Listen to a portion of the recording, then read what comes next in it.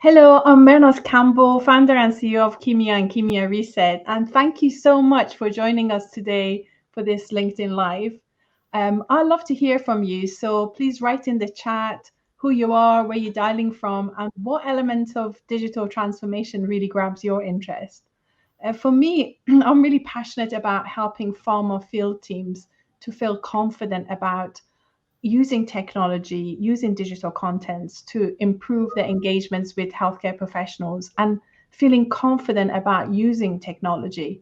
And I want them to feel good about themselves, but also achieve amazing results. Is the human element of digital transformation that's what really grabs my interest, enabling people to use technology to confidently communicate. And to explore this topic, I've been inviting and interviewing inspiring farmer leaders to learn from them, but also give them a platform so they can come here and share their perspective and their top tips. So I'm really delighted to have Rick Hollis today. Hi, Rick. It's great I'm to have you Hollis. here with us. Thanks for having me. Good to be here.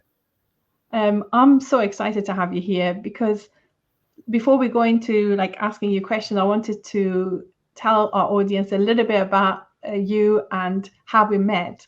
Uh, Many of you probably know Rick. He is a business and customer excellence director at Epson UK and Ireland, and he has 20 years of experience in pharma sales, pharma training, pharma marketing, and has become really focused on elevating the customer experience when engaging with pharma companies. Rick, as a director of business excellence, is working to deliver improved digital but also in-person customer interactions with huge impact. Um, when I think when I'm looking back when we met, it was probably June 2022, and we've not met in person yet, but we connected on LinkedIn initially. I, And I couldn't believe we haven't met in person. yeah, That we really were talking surprised about me. that, right? Yeah.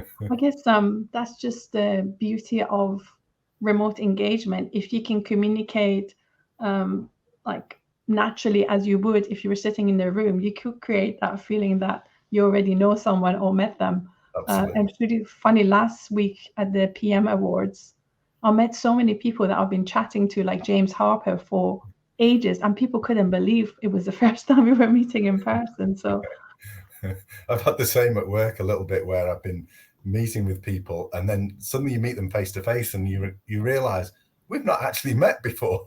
Like it's all been virtual and it surprises me. Yeah, it's great. yeah. And sometimes it's really surprising. Like I remember the first time I met Paul Sims, I'm thinking, oh my God, you're so much You're so taller than I tall. Yeah. anticipated you were. Yeah.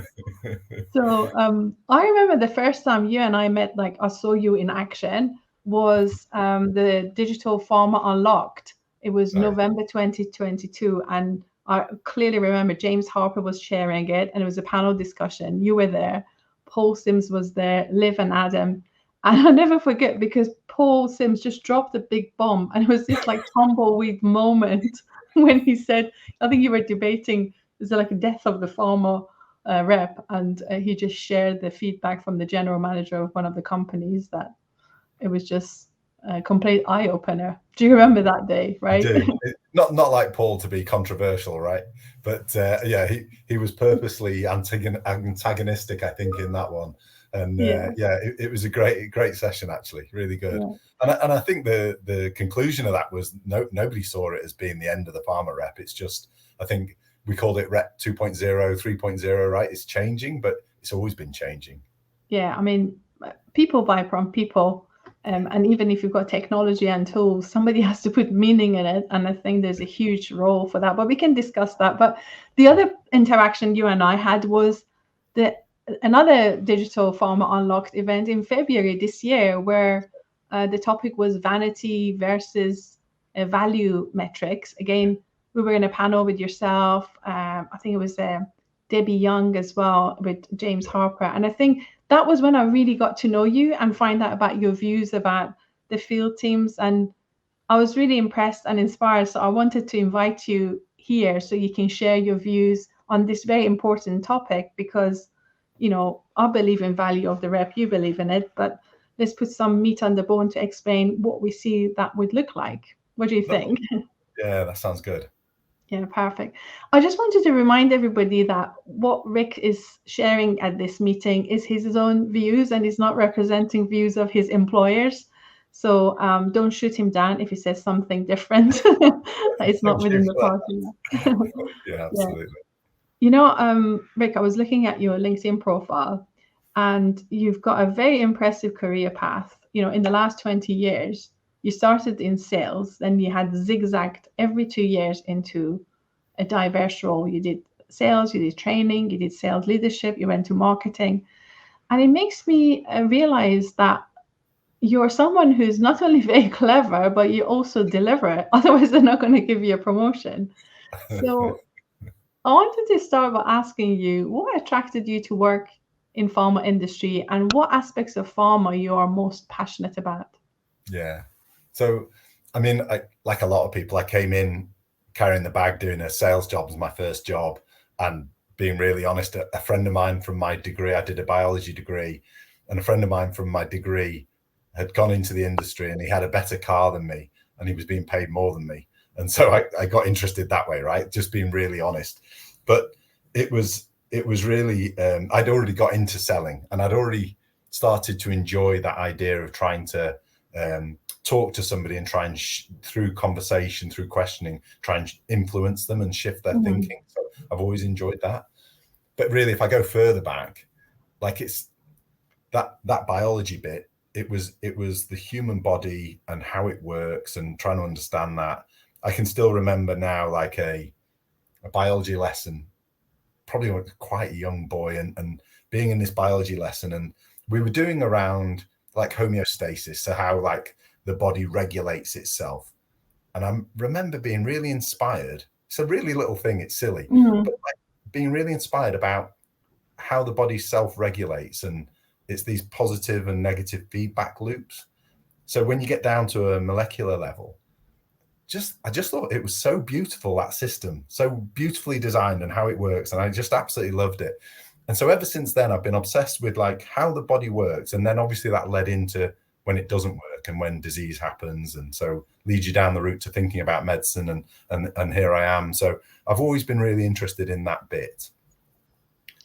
That's interesting. So you're kind of like the science of it really fascinated you. Wow, Yeah. fantastic. And it's all around us, right? You know, that I just love all that. Yeah, I didn't know that you just like showing the other side of you, the analytical, the scientific part of you, because I've not been exposed to that aspect. So you they're all very diverse, right? Yeah, yeah.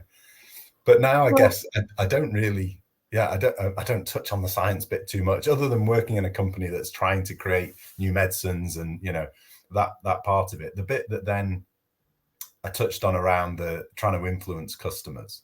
When I came in, like it was coverage and frequency, it was share of voice, it was high volume of calling and just, you know, deliver 3 messages, probably doing 3 different products.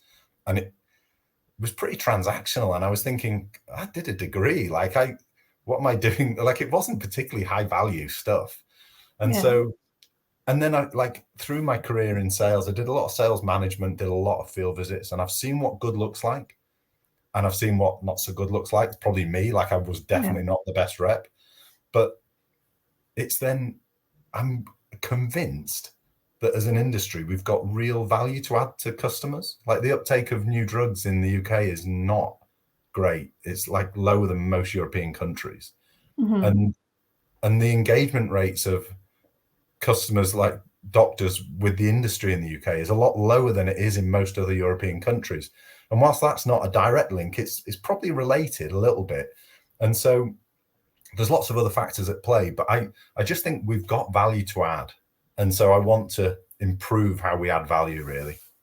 Brilliant. I think we've got a question here from Chris. Chris, it's great that you joined us and shared your comment there. And I just want to encourage everybody else who's listening, if you agree with us, say something. If you don't agree with us, please share your thoughts. But there's a comment from Chris saying, what do we feel about the blend of digital and in-person meeting? And do we think the starting point now is virtual and then in progresses into person, or is it the other way around? And I guess this quite nicely blends itself to how do you see the role of pharmaceutical field professionals evolving in this new environment. Yeah. So first of all, hi Chris, thanks for joining. It's a really good question. What's interesting about it for me is a lot of the salespeople in the UK in pharma now have been doing it for quite a long time. And what that means is they're not just meeting the doctors for the first time often. Often they're going back to quite a small population time and again. And so if I was to take a launch situation where we don't know the customers, I think it probably does make sense that it's digital. Certainly any suppliers to the pharmaceutical industry that reach out to me and they want to talk to me about their products or services, they tend to do that digitally first. They probably message me on LinkedIn. I might attend a webinar, and then I'll get an email, and then eventually I'll do a video call. And if the video call goes well, I might end up meeting them in person.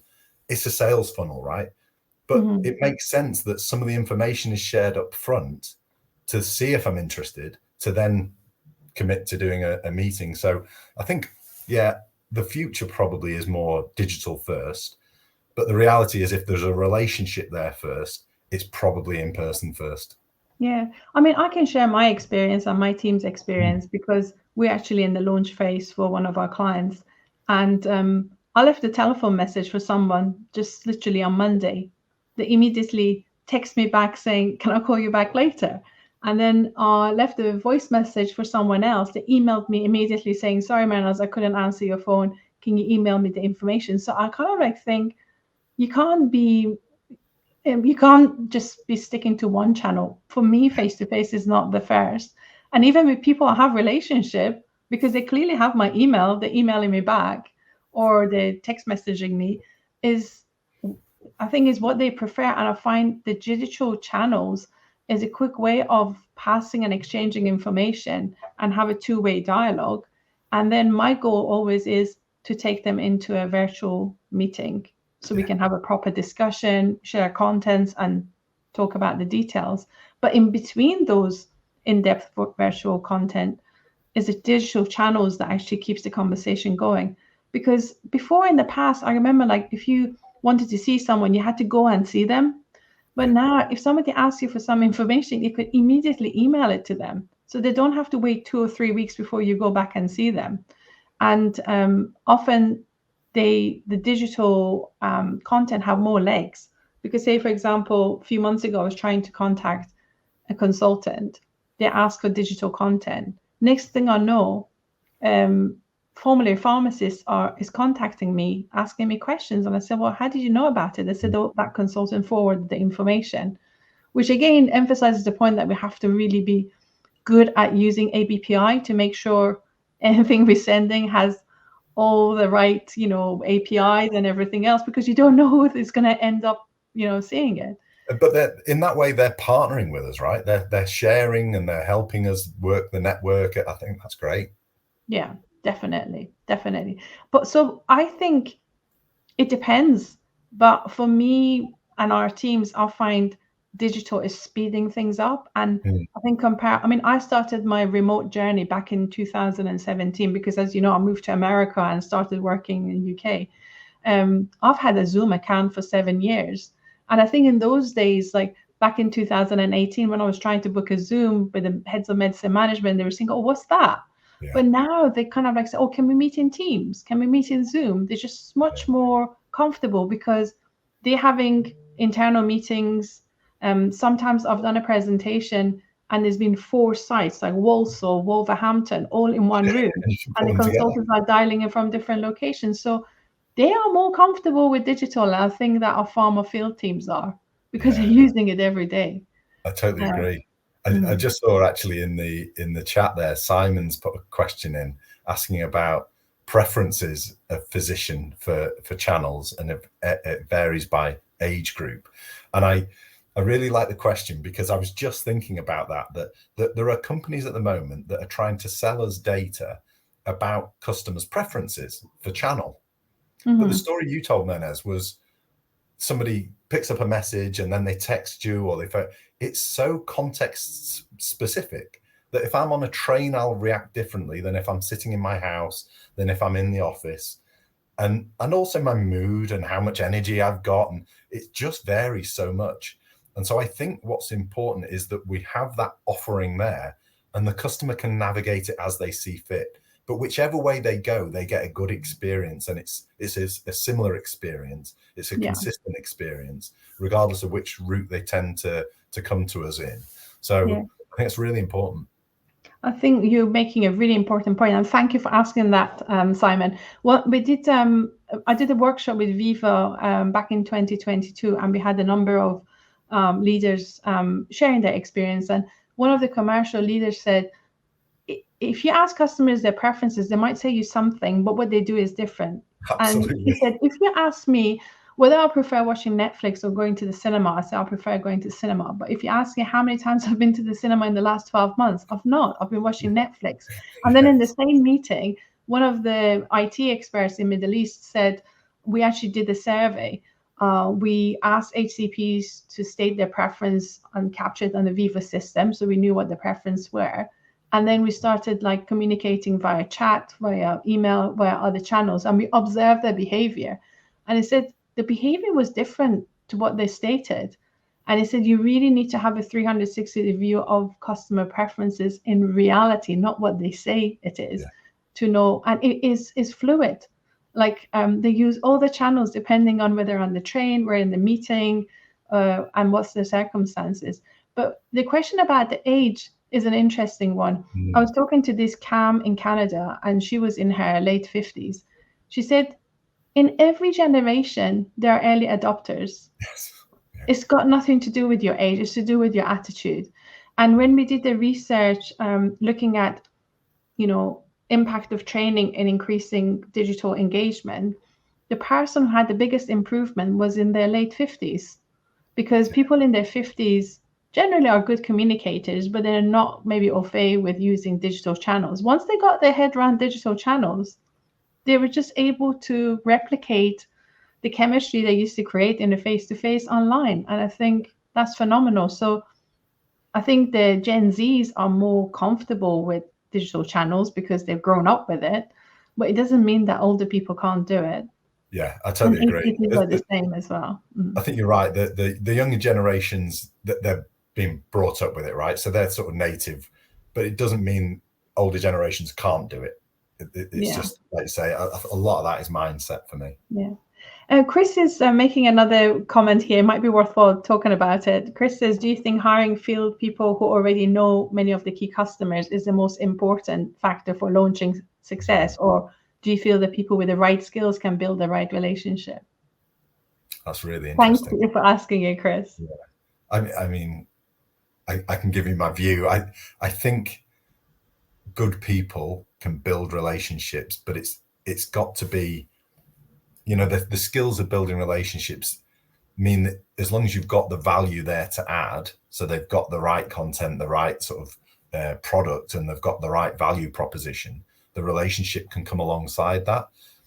The alternative is where they've already got the relationship. That relationship might exist, but if the value proposition isn't right, the relationship can maintain, but they haven't got a value to add. So yeah, for me, I think the skills probably come first. I totally agree with you. I think some people have a relationship with HCPs that spans over 20 years, but they're just like more of a friendship. Yeah. But it's not necessarily going to sell their products. I think there's a value that engages customers. And I find, like, we were working in Scotland, and one of their clients said to us, can you pitch and do some work in England? And I said, like, well, I don't have a relationship in England, but they said, well, we like the way you do it in Scotland. And then I started engaging HCPs in England, and bear in mind I'm in America. And if the value proposition is right, you can speed that time it takes to build that trusting relationship. That in essence, you have to be trustworthy and have a value proposition, then you can build trust with them. It doesn't take that long. Yeah, nice. Gosh, we've got some great input from our audience. Colin, thank you for sharing. You're saying you're in your 50s and often leave your younger colleagues behind in your enthusiasm and approach. Yeah, great. Because it's not, attitude's got nothing to do with age. Yeah. It's more to do with your own mindset. And thank you for sharing it. That's lovely. So do you want to read Simon's comment before we move on to the next question? Yeah. So Simon says, I guess where I was going is trying to understand how far you think pharma is on the journey to really adopt a truly customer experience focused approach, because that requires a much greater understanding of how to show up at the relevant touch points using the right channel, which varies by age group, segment, etc. Yeah. What's your thoughts on that, Rick? I think Simon's been reading my notes. So this is exactly what I think about, right? So if I go back to when I first came into industry, and the feedback we'd get would be the amount of detail that a customer facing person would choose to put into a CRM system, and that would be typically, it'd be like the key messages that they shared with this named customer. Whereas now, with digital interaction, we can get so much more rich data back about who's seen what and how they've reacted, where they've clicked, how they're engaging with our content and our messaging. And what that means is we then have more data to react and give them more of what they want. And so I was thinking about it earlier when you were talking about the sort of feedback loop and your preferences around Netflix or cinema. And I was thinking, it's you're right, it's not just what they say, it's what we do, right? And yet in pharma, particularly in the UK, the number of engagements that we have with any one customer is so low that we've not got enough big data, rich data, to help us to really build a full picture. And so the more data we get, the easier it gets. But we've just got to start with what we've got. And I guess my point is, with that data, we can personalize more for people. So whether that's age, whether that's their segment, however we segment them, so whether that's on their channel preferences, or whether that's on their areas of interest, or where they are on an adoption ladder in their use and their belief, use of our product or belief in a therapy area, whatever it is we're trying to achieve, we need to give them more of what they want. The old-fashioned way is we told everybody the same thing. We had 3 key messages and everybody got the same thing. And actually, the more we can tailor it, the more the customer can pull on what we've got, rather than us just pushing it all at them. Yeah. And I think there's an interesting report, you might want to check it out, Simon, around, I think it was done by DT Consultancy, looking at customer excellence, customer experience. None of the pharma companies are nowhere near delighting HCPs. At best, it's just good, but nobody's excellent. So there's a lot of room for improvement there. I know UK is an outlier, and the point he's saying is totally valid, but in other European countries, they do have that data, or in US, but it's just nobody's really got their arms around this to perfection. And I think some of it is because the mindset is still old-fashioned. They're thinking, these are our brands, we don't need to tell you, rather than thinking about, is what we're saying actually relevant to HCPs? It's not about creating noise, it's about understanding their pain and addressing it succinctly when they need it. So and I don't think we're there yet.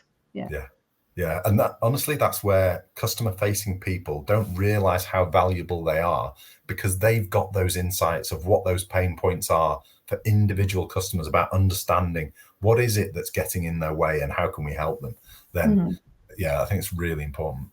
Yeah. So Rick, I'm really curious to know, how do you think we should be measuring KPIs to measure performance of the field force and measure something that really matters? It's like, as you know, a real hobby horse of mine, a pet subject, right? And so I was thinking just now, as you were talking about, like, what is it that's holding us back? And one of the things is, you can go back to, what's his name, the marketing guy, Peter Drucker, talks about what gets measured gets managed, right? And so essentially what I'm understanding that to mean is, what you measure is what you get. Field people in pharma are really results orientated. So if you say to them, go and see 100 customers, they'll go and see 100 customers, right? So if I give you an example, imagine if a rep is targeted with sending so many emails, right? Because we want to digitalize our customer engagement. And so imagine they're targeted with sending 50 different customers an email. They'll do it. They will absolutely do that, and you'll achieve that. but it won't be the right email to the right customers. They'll just do it. And so they're giving you what you're asking. So we have to be more thoughtful about what we're asking people to do. And it involves more trust in our field teams. So coverage and frequency, particularly like when I get higher up in pharma organizations, the higher up you go, so to board level, and then in country to the leadership team, and then above country, they still ask about coverage and frequency a lot with field teams, because it's a shorthand, it's been there forever, and it tells you about the productivity of a sales team. But if you measure coverage and frequency, what you're going to get is a list of 100 customers, and they're going to go and see those 100 customers, and they're going to see them. But then if they know there's this one conversation I'm having with this one customer where there's a high proportion of untreated patients, and it's a warm conversation and we're getting somewhere, but I've not seen these guys over here, I better go and see these guys over here. So what I'm saying is sometimes the reps do know best of where they should be going and what they should be doing, but we're measuring them on something different. And so are you ready to let them go footloose and fancy free and do what delivers outcomes? So it's a leap of faith, isn't it? A little bit. And so to let go of that coverage and frequency is a bit of a leap of faith. But I think there's some bits that are getting in the way of us making that leap. At the moment, the reps largely select their own target list. Large. They've got quite a bit of control over that. And then they also are the only way we have of placing a customer on an adoption ladder, because we get sales at an account level, at a hospital level, but within that hospital, you could have 4 or 5 different customers all using our product to very varying degrees and really different degrees of belief in our product. And so it's the fact that the rep is, excuse the phrase, they're sort of marking their own homework, because they find the customers and then they tell us where the customers' beliefs are. Now, if we could do all of that in a data-led way, and then just say to the reps, we know where the customer is on the adoption ladder due to these metrics, and we know which customers we want you to, and you just go and make it move. And however you think the best way of doing that is, go and do that. That's measuring what we really want them to do, which is shifting people's beliefs and behaviors. I just don't know how to do it yet. Yeah. Well, I mean, I was really lucky because I worked for Takeda as a RAD many moons ago. And we were very much treated like adults. You're a director. This is your marketing budget. This is your P&L.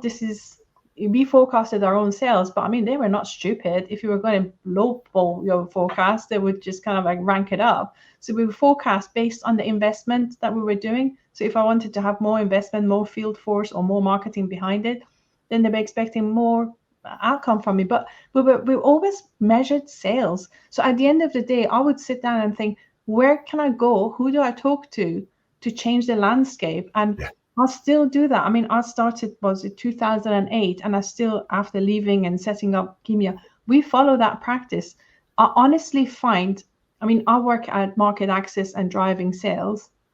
In every ICB or health board, whether it's Wales or Scotland, there are few people who make the decision to change policy, and there are few people that actually implement that policy. And it's a smarter way of aligning to get NHS do the doing rather than us trying to do a lot of pull through. And if you identify those people and reach them and have the right value proposition, they want to work with pharma. I mean, in the past, we've had accounts with market share of like 10, 15%, and we grow it to 65, 70 in a matter of 18 months because we work in alignment with NHS. If the value proposition is right, you can engage them. But we don't measure coverage and frequency. Don't get me wrong, we don't sit there and do nothing. Activity comes when you're engaging with people. But then it's better to spend time to think, who is it you want to engage and what is it they're going to do, so you don't bark up the wrong tree. And I look at accounts behavior as well. Say, for example, if it's an account never done anything with any of the propositions that other companies have offered them, they're not going to do anything with mine either. So I just stay away from them. Yeah. I just go and invest and plow in the fields where I'm going to grow, crop. Yeah. And And that's like customer facing people know that, like they know who's engaging with us and who isn't. And I'd much like that. Everyone has a better experience that way when we engage with, like, pushing on open doors, people that are willing to engage with us. The only thing I'd add to what you were saying, Mernaz, is that when you get that key engagement at the top and then that implementation bit, I've seen it before in previous companies where we've had an excellent situation from the top, but then the NHS isn't able to drive that implementation themselves. So that, and it's making me think that at the moment my career is taking me more into sort of rare disease, where you've got a small group of clinicians who are really passionate about treating a rare disease, but then they're reliant on a big group of clinicians to refer through and send through those patients. And that's where we have to partner with them to actually go and find those patients. Yeah. NHS is really bad at joining the dots, and they still work in silos. I mean, we got first time formally position for a brand. It was instigated by medicine management. I'm talking to the specialists, they don't know about it.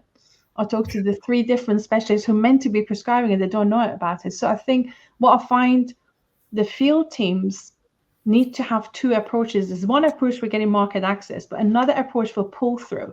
And pull through to me is excellence in execution. Just make sure all the bases, and that's where you need to spend a bit more marketing. Use multi-channels to communicate the same message through different channels. And that's where I think digital and face-to-face field team could actually marry up together and use several channels communicating the same message. That's when you can get increase in awareness and adoption. So I think pull through is more important than getting market access, because so many people get market access and nothing happens. Yeah. That's right. Yeah. I think you've got a fan here. Salim loves you. I saw him yesterday. He's a lovely man. Very kind.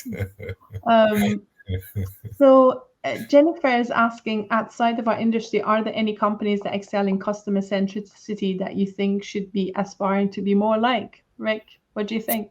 Wow. The honest answer is I don't know. So thanks for the question, Jen. I don't know. I know I saw earlier on Katie put a comment in talking about doctors' own sort of experience of digital. So I can talk about my own experience, and the two examples that come to mind are one is redoing my car insurance, and I was working with Direct Line, and that was a real omni-channel experience between web and then text and then phone call and email and signing it. So I thought that was an excellent joined up omni-channel experience. And then the other example I had was going for an eye test, because I'm getting to an age where I have to wear reading glasses. And so I went to Boots for an eye test. And the bit I loved about that was, so again, I think I did it on the app or online, and I booked an eye test appointment, but I got a phone call and somebody just talked me through and checked that I was coming to the appointment and what I needed to do. And that phone call, I think it was like a customer success person, I think was their title. And they were there to make sure I turned up for that appointment fully prepared. And I thought, wow, that's just lovely, because they're going to be more productive. They're going to get more eye tests through by doing that. But it's quite cheap, somebody sitting and making those phone calls. And for me, I felt really prepared and set up for the meeting, the appointment, and knew where I was going, what was going to happen. So I really like those 2 little examples. But yeah, I'm sure we've all got experiences of what good looks like. How about you, Mernaz? I have a really good experience of healthcare in US. My husband went to see his GP recently, and the approach of GPs is different in America. They have the consultation with the patient. It's like, these are 2 options. Which medication do you want to try?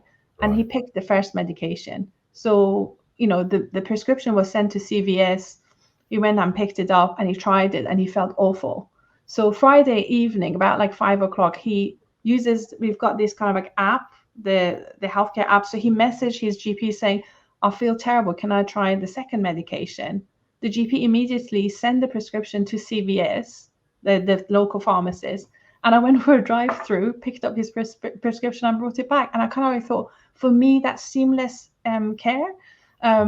I mean, if I tried to contact my GP in Scotland, I'll be really lucky if I get an appointment next week, or even if I get somebody answers the phone. But I think I love the way they use the human, digital, and the electronic connection. I mean, in Edinburgh, if I ask for a repeat prescription, I think they've got a van that goes at 12 o'clock, picks the prescription and brings it to the pharmacy.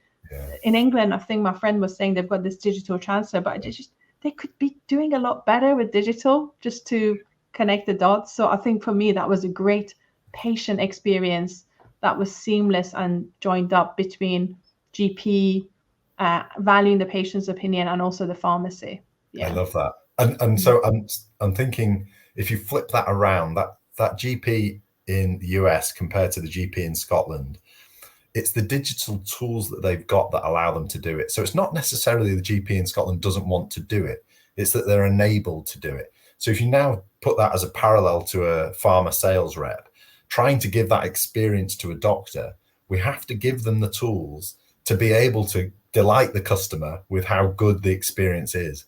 That's what I want to achieve. So the customer's delighted, but the customer facing person, whether that's an MSL or a CAM, is also delighted that they've got all these new tools to satisfy the customer need. Yeah. But I don't think giving them the tool is enough. I mean, let me tell you another story. I've got a friend, he's a neurosurgeon. I mean, he's a clever guy. He's in 60s. He doesn't know how to send an email. He doesn't know how to text. So you get some doctors that are very intelligent, but they just think, oh, I'm going to retire. I'm not going to bother learning this. So giving them the tools is important. And I think with the field force, giving them the tool is important, but they need to be confident using it. If you don't feel confident using the channels and the content, you might as well not have the content or the channels. It's like having a Ferrari that you don't know how to drive and it's parked on the drive, just gathering dust. So I think there's I think Paul Tanner talks about people, processes, platform in that order. And I think if you look at pharma companies' attitude towards digital transformation, they got the platform first, then they worked on the processes, and they forgot about people. They didn't bring the people on that journey with them. And I think that's the challenge we have. What's your thoughts on that, Rick? I think we're guilty. I absolutely agree. I think we go system first, and then we talk about process, right? And so we think about the people last. I think like sending an email, it's pretty intuitive, but actually, if you've been doing, and it's not saying people can't send an email. It's not really that. It's understanding the whole bigger picture and why and how it can look, rather than just seeing it as a standalone thing. Mm-hmm. So I totally agree with you. There's more work to be done on bringing people with us on that journey to understand what we're trying to achieve. So that's why I really like Jen's question where she talked about, you know, what good looks like in other industries, because the more we can share the vision of what we're trying to achieve, then I think that's where field teams will begin to join the dots and actually start to show us how to do it, because they're the ones that know the customers best. Yeah. You know, one thing I've not asked you this before, but it just came up in the last 2 days. A couple of people mentioned it. It's to do with the budget, because with platform, there's people responsible for platform and there's a budget. With processes, content factory, there's marketeers with their budget for that. But for developing people, it's like it's an orphan there. Like, who's got the budget? You know, you talk to training, they say, oh, the budget is with field force effectiveness. You talk to field force effectiveness, they say, oh, the budget is marketing. So who's got the budget and who's got the accountability to address the people issue, do you think, Rick? That's a really good question. Yeah, and there's not much budget against that. So I hold some of that budget in business excellence, but also I know that the brands also try to keep some money for developing their people as well. So it's messy. And I think part of the challenge of making omni-channel happen, we were talking about earlier on, what's holding us back, is often we're dealing with lots of different legacy systems that don't speak to each other. And so when we're trying to create this joined up experience for the customer, but we're working with one webinar platform over here, an email platform over here, maybe a different system over here for doing marketing-led emails, and like the whole thing is quite disjointed. So I think that is part of the challenge. Yeah, I think Venita made a really good point. We were just exchanging emails. She said to me, global marketing teams hold the budget, but they're not involved in implementation. Affiliates are. Yeah. So how does they need to sit down and figure out how the money is going to flow? Because again, it's going back to the Ferrari example. You could have the best platform, the best processes, but if you're not investing training the field to drive that Ferrari, that it's not going to be used. So I think there needs to be a better communication between global teams and affiliate teams to invest in this to be able to address it. Do you Yeah, agree? I do. And I think the same is true of our partner agencies that work with our brand teams in the UK. So they will create things, but they haven't really got any skin in the game in terms of whether that material is actually used and what its engagement levels are. So I think that's where we need more partnership to say, is it actually achieving what we're trying to achieve? So Yeah. I think that is important. So you're a clever man. I mean, every 2 years you getting promotion and moving on to other things. You almost have a clever solution up your sleeve. So how do you plan to approach this in Epsom? What's your cunning plan? I don't know. I don't know is the honest answer. Like it is really difficult. I think the honest answer is making small incremental changes and just slowly trying to make things better than it was. Whilst I'm trying to do that, I know that the expectation is really high. And, you know, let's face it, the investment in digital is high. We're spending a lot of money and people want to see results tomorrow. And Yeah. so that is like an ongoing friction, I think, that we see of senior leaders saying, what's the results? How's omnichannel doing? Right. Yeah. And actually, what I'm really interested in is building it properly for the future to get it to work properly. And that takes time. So I think to satisfy both, what we need to do is get little projects to just work a bit better than they did. So when I say little projects, I'm thinking about small sequences of interactions where we can support one particular area around one particular message or piece of content, and build a better customer journey around that the customer just gets a better experience for that one little thing, and just show that worked. I think that's a big part of it. The That other area, makes a lot of sense. And make sure you celebrate those little successes. Yeah. I think that's the top tip from Chris Mann. He says, celebrate every little success so you can feel good about it and build on it. Yeah, I totally agree. And so celebrating it, taking the learnings, reiterating all of that. And then the other bit, the big area that is a good playground is where we're launching, where there is no existing infrastructure, there's nothing there to do. And I think that's a real opportunity to blank page, try and design something that is integrated from the start. And I think, again, there's a conversation I had with Vanita last night. Culture, it plays a really important role, because if you don't have the right culture to support the strategy, if you don't have that learning culture that is okay to make mistakes, learn from it, and, you know, dust yourself and move on, then you won't be able to evolve. You know, I think people should stop seeking perfection and just try and test and fall forward in this, because nobody has all the answers. The only way is to become like experimental with this and just try it. And I know the, you know, shareholders and the big bosses want the return on investment, but sometimes return on investment is figuring out what doesn't work so you can go and try a new method and, you know, test that one. Yeah, totally agree. I'm just conscious of time. I can talk to you forever. You're such a fun person to explore topics with. If I was going to ask you, what would be your final take-home message for our audience, what would that be, Rick?